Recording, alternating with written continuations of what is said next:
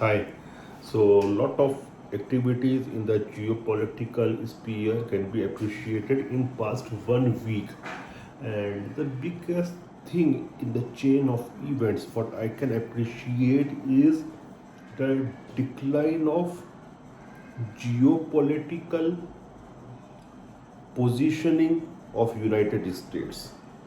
We saw the member countries of Arab states as well as OIC first going to Beijing, and after Beijing they went Moscow.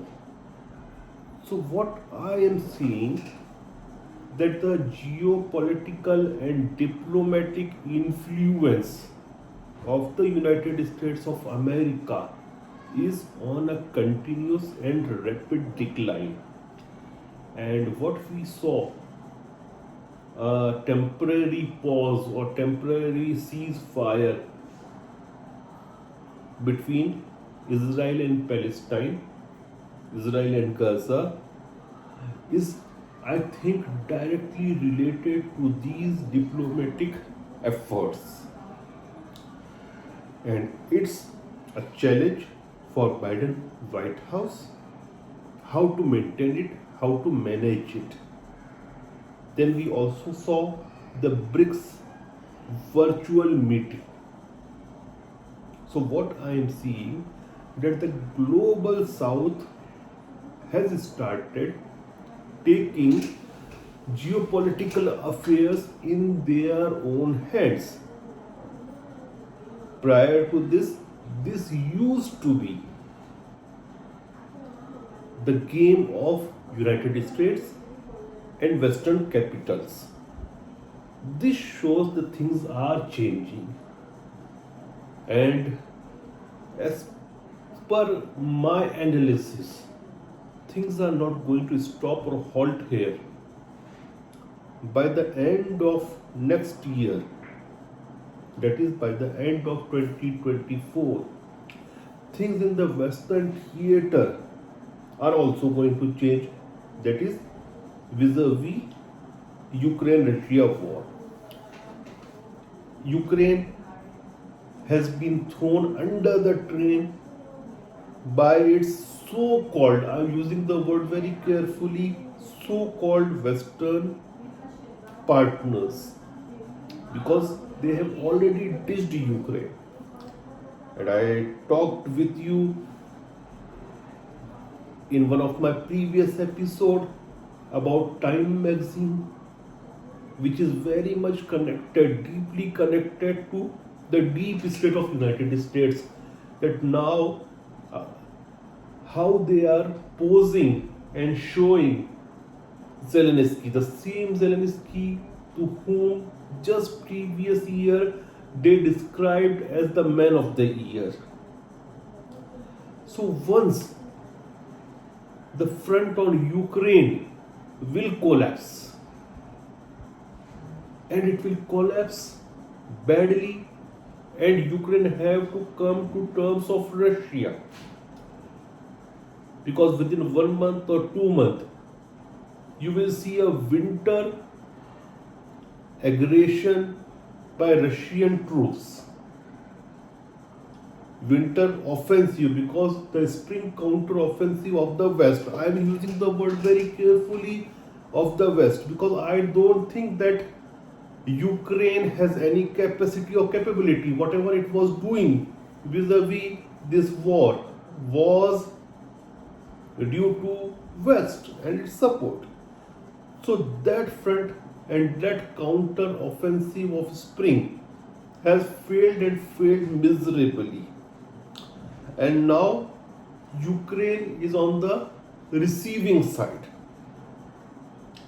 And I won't be shocked that within few months we may see a change in leadership in Kiev, and initiated by the Western capitals and United States of America, because Zelensky is not ready to talk to Russia, and its Western supporters want him to talk to Russia now, because they have understood it very well that they can't afford this war.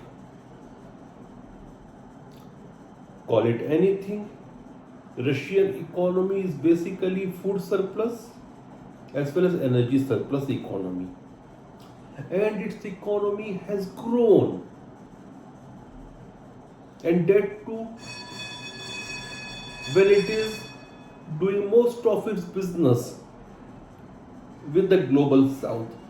It is doing its business with India, it is doing its business with China, it is doing with its business with Iran. So things are changing. Even the economic dominance of West is on decline. And we saw a year and a half back when Emmanuel Macron called his diplomats in Paris and he gave them a presentation that a 400-year long hegemony of West is on decline. So after the Israel-Palestine war is over, then after the Russia-Ukraine war is over, you will find and you will see newer realities in the geopolitical sphere, and these two events will show us even more decline of American power, at least in the diplomatic and geopolitical sphere, because no action was successful by the US efforts anywhere, let it be in Europe, Eastern Europe, let it be in Middle East.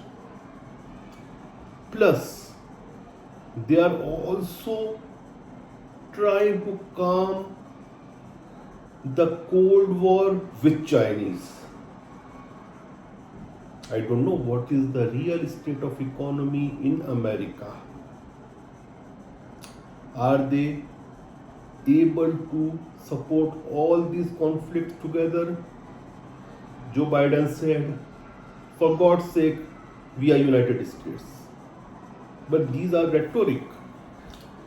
Things are indicating something else. Because as soon as the Middle East theater opened, the supply of arms to Ukraine halted. And Europe doesn't have any capacity. The European Union states doesn't have any military capacity to support Ukraine. So once the Ukrainian front will fall, it will be a great embarrassment for NATO. And NATO means American hegemony. This is what I am observing. Thank you.